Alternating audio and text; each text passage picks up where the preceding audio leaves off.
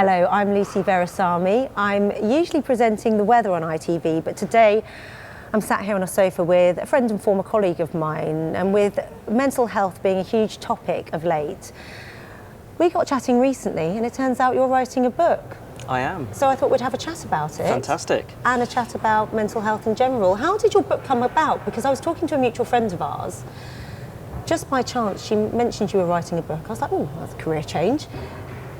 What is your book and what does it involve? Well, the book is called Big Boys Don't Cry, and it's really a collection of stories from men from a whole range of backgrounds with different mental health challenges. And the whole idea behind it was to try and get more men actually talking about mental health, try and get them to open up and seek help where they need it. And I came about doing the book because I'd struggled with my sort of mental health throughout my life, really. But in the last 10 years in particular, really related to work, I had real issues with anxiety and depression, loss of confidence, and actually some really strong suicidal thoughts over the last 10 years. And so I actually thought, wouldn't it be good to have a book where there's a lot of hope and advice from men for other men. So you've got loads of different stories, loads of anecdotes from a broad spectrum of men. Absolutely. You're the guy next door to people with a profile.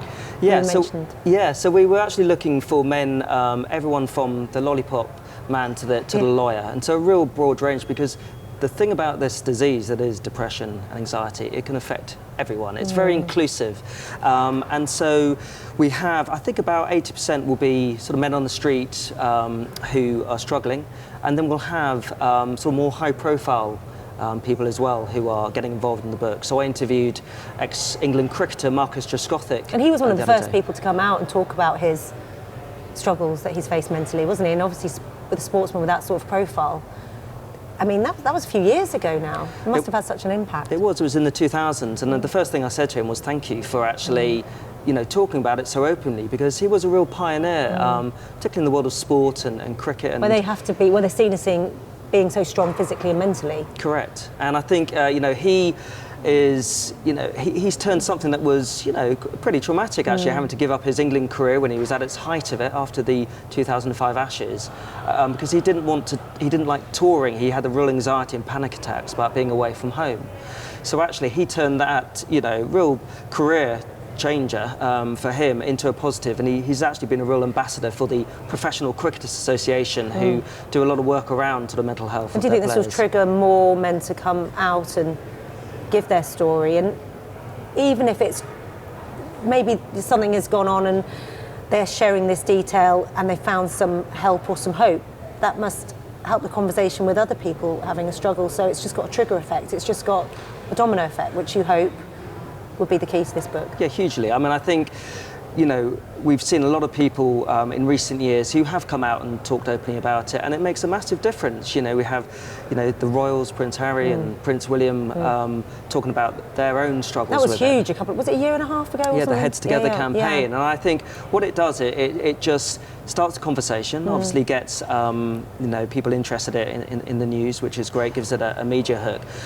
But actually, you look at that as a normal person, and you just think, actually, if they can go through it, actually, so can I. And it's okay to talk about it. And and they're seen to be the strongest, most stoic people you can imagine. Well, completely. And they've been open enough to talk about it. Yeah, and I think in Britain we do have this, stereotype of the stiff upper lip and actually, hiding your emotions. And I think that's so dangerous. And I think the whole point about the book and about the week that ITV are having is it's okay to talk about it, and you can show your feelings, and it's okay to cry, and phrases like "man up" and big boys don't cry, and big girls blouse. We used to say that at school, and actually it can be really dismissive. I find I'm very liberal and very tolerant, but things like "man up," I just think it's so dismissive and really unhelpful, because what it does is it makes you silent, and it makes you hold all these negative and destructive thoughts in your head. And certainly when I was going through a stage when I genuinely was very close to taking my life, I felt I was completely alone. I couldn't speak to anyone. I thought it'd be better for me and for my family if I didn't exist. And you have this kind of false reality. And it took for me personally and others who've written their story for the book, actually going to speak to someone is the first step. And it's talking. Is talking. It's so simple, but it's so difficult as well. But if you can talk and you can open up to whether it's your partner, your husband, wife, a friend, or your doctor, and GPs are very much more now attuned to it, and they are much better at talking about mental health rather than just getting you out of the surgery as quickly as possible. And I was really treated, I was listened to for the first time by a doctor. And it helped massively. So that's kind of the advice that's coming out of the book. Actually, people are saying, talk to someone, whoever it is. And it's difficult for men sometimes to talk. The whole gender divide there is pretty clear to say. The statistics speak for themselves. I know we were talking about Project 84 earlier, which was, it came about, I think it was the spring before last, ITV's campaign. I think it was launched by This Morning with Holly and Phil. Had you heard about that? Because it went global, didn't it? And it was really striking imagery. It was male life-size structures on the top of ITV Tower and South Bank, which looked very creepy and eerie because they looked like they were about to jump. They were these silhouettes. But it would stop you in your tracks, which is kind of what we wanted, because the statistic for male suicide was absolutely, or still is, insane. It's almost baffling. It's unbelievable. It was called Project 84 because 84 men, I think this is right, take their life every week. Correct. And I remember sitting in a meeting room at work and we were like, is that right? Is that not 84 per month or per year? How could it be per week? We couldn't get our heads around it. Yeah, so it was a campaign done by CALM, the campaign against living miserably, and they teamed up with ITV to place these eye-catching figures on the top of the roof. And I think it really did, shock people. It resonated across the world, because I had a friend in New York who mentioned it. And I think, the stats, they never fail to shock me. The fact that in 2018, 6,500 people, just over, took their own lives, and 3/4 of those were men. The stat on the radio this morning, because this year's Mental Health Awareness Day it's got the cast list of suicide, I believe. That's right, suicide prevention. Yeah, but the suicide figures are still through the roof, as in they've gone up. They have gone up by 12% Which I since couldn't believe. 2017. Yeah, and that figure of 3 times as many men suffering from and taking their own life as women has been the same since the 1990s. And the question is why? Why is that? And I think a lot of it has got to be down to the fact that women are better talking about maybe their feelings than men. And I can only speak from my own personal experience, but you do isolate yourself. You really do take yourself away. What the disease does, because that's what it is. It's a disease. It takes you away from all those safety protections. We're social animals, and actually what it does, it alienates you, and you hide away. You stay in bed. You can't get up, and it just robs you of all that energy that you had. And it was something we don't understand fully, isn't it? Correct. Yeah, no, I think that's right. I think there's a lot of, kind of misunderstandings about it, about mental health generally. But that is going, and I think the more we talk about it, the more weeks like we've had, the stigma around mental health, particularly around men, and particularly at work, where you have to kind of keep this facade up, I think that is going away. And I think there is some, I guess the message I want to get across today is some real practical things you can do, and as someone said to me, in fact my wife said to me, there are always options. Whenever you feel you're trapped or there's nowhere to turn, there's always an option, and there's always a better option than taking your life, because it's so finite. That's the bottom line, isn't it? It's the bottom line. I think, simple things, I mentioned going to see your doctor, but there are things like mindfulness, which has been quite a big thing over the last few years, but it's been around for 2,000 years. It's not just a fleeting fad. Some people find that really useful. I do as well, because what it helps is it helps you track your own thoughts.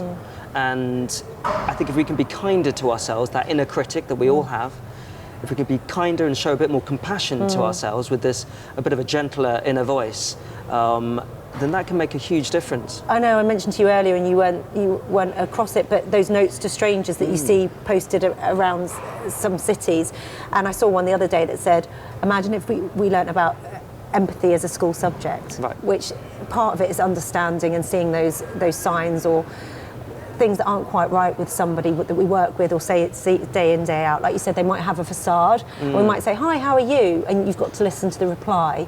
But often we just automatically say, I'm fine, whether we're fine or not. Right. Yeah, well, that's true. And I think the Time for Change campaign against trying to reduce the stigma around mental health, they ran a initiative called Ask Twice. And it's a simple thing, but if someone says, how are you doing? And they say, I'm fine, say, well, are you really? How are you? How are things? And you just ask them again, so it gives them that opportunity. Have that genuine one-on-one conversation. Again, the talking. Yeah, and reach out. Again, that's the other thing. Just reach out to friends and just with a text or whatever, saying how you're doing. Because I think giving them that opportunity. Certainly, when I was at work, which is a very difficult place to kind of come out and talk openly about your mental health, I would really. I kind of withdraw, and I'd put my headphones on. Go into your shell. You go into your shell, and actually, when you might just spot that in someone else, and if you can say to them, "Oh, do you fancy getting a cup of tea or something?"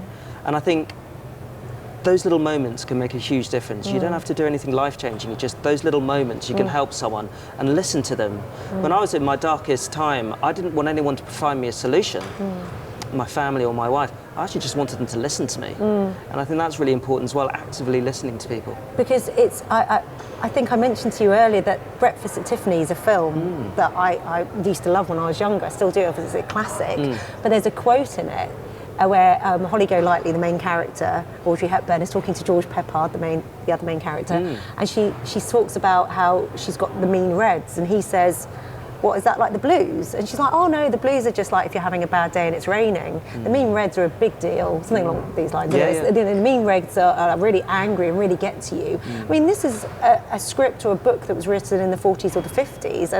Excuse my lack of knowledge of literature here, but it's been around a while. I mean, being addressed in a film like that, albeit in a different sense, there's a difference between good days and bad days, and then something being a much bigger deal, where you said there's not necessarily a solution for that person. There's so many different layers to it's a non-tangible thing. It's so hard to unpick and understand.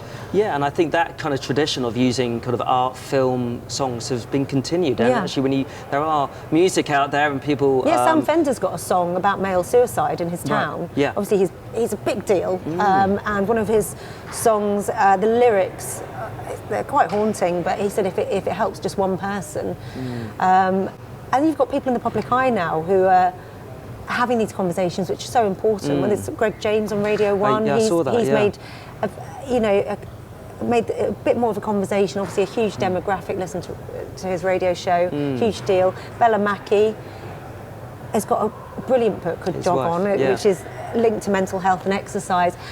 Different platforms, different people, different audiences, let's say, but having that conversation and making it more accessible. Well, definitely, and you talked about Bella Mackie, and I was given that book actually, Jog On, and what it does is actually it just really makes it accessible. The fact that you don't need to be too fit. I bought it for a friend actually. Yeah. And this whole thing's like Couch to 5K. Those little initiatives that actually any kind of exercise helps, and you don't have to be, sort of marathon man or superhuman. You just need to do a little bit. Just do a little bit, and it's all scientifically proven to help. Well, she took up jogging or running to switch off her mind, switch off her brain, because it was going overtime.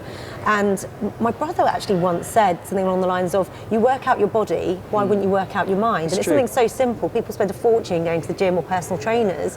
Why do we not exercise our brain in some way? And a part of that exercise would be, again, talking or sharing. Yeah, and I think this link between physical and mental health is so inextricably linked. I mean, they are so, there's so many symptoms that come as a result of having a mental health illness. Really, you'll get the stomach goes, the headaches, the palpitations. So it's a real physical thing.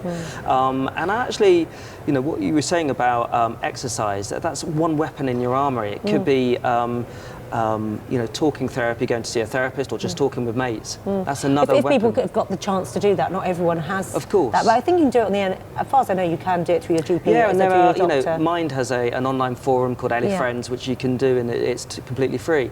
I guess for me, it's always trying to be open to things. Actually, whether it's whether it's exercise, whether it's you know, taking up a new hobby or reading around the subject, or, you know, or religion, whatever it is, or medication's another thing. I was dead against taking medication. It has such a stigma, but Hugely. if it helps, it helps. And I know Bella Mackey's written about it, or I've seen things on Instagram now that has totally taken that stigma away.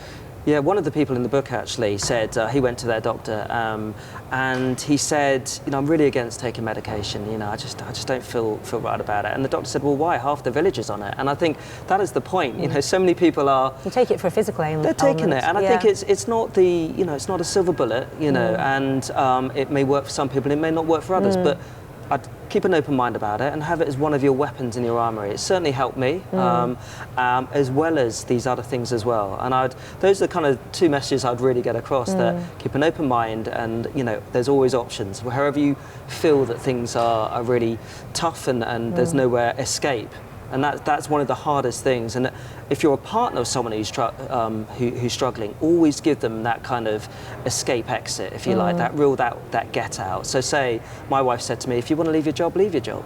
If you want to move house, leave. It's all possible. I just want you. I love you. And so actually just being there, listening to your partner, because it's very difficult for the families and loved ones who are affected by things like this. You know. Those stats that we spoke about earlier. I mean, they're heart-stopping. I mean, they're just. I can't even get my head around it, actually, because even hearing the stats this morning on the radio and the fact that they've gone up. Yeah. Well, yeah, and then globally as well, of course, it's even bigger. The World Health Organization came out with a stat that I saw, that every 40 seconds someone takes their own life. I mean, it is, you know, unbelievable, really. But the point is that suicide is preventable. You know, you can prevent it, and there's the simplest of things. And it's also up to the individual. So for me, I knew I was in a desperate state, but I had to take the responsibility to get help, to take proactive action, because I couldn't be in a worse position than I was. I was at rock bottom. You can look at things rationally now, which is what you said, like as in at the time, I can't get my head around that, and you're saying, well, you can look back on it now, almost like it was a different life. Well, exactly. I mean, I had the first time when I felt very suicidal, I had an 8-month-old daughter, you know, beautiful 8-month-old daughter, my wife, and, you know, and to be honest, I think there is a quote from a philosopher called Nietzsche who says, you know, you can bear any how if you have a why to live for. Okay. And my why was my child and my wife. And I actually think, you know, everyone has a why. When you look around, you might feel alone, but everyone has a why, and it's finding that why and grabbing hold of it. Thank you so much, Fabian, for your time. Pleasure. And I know there's more information on the ITV website. Britain Get Talking is a huge initiative that we've got this week, which started our conversation, I guess. There's loads of information on our website, and I believe it's just Google Britain Get Talking.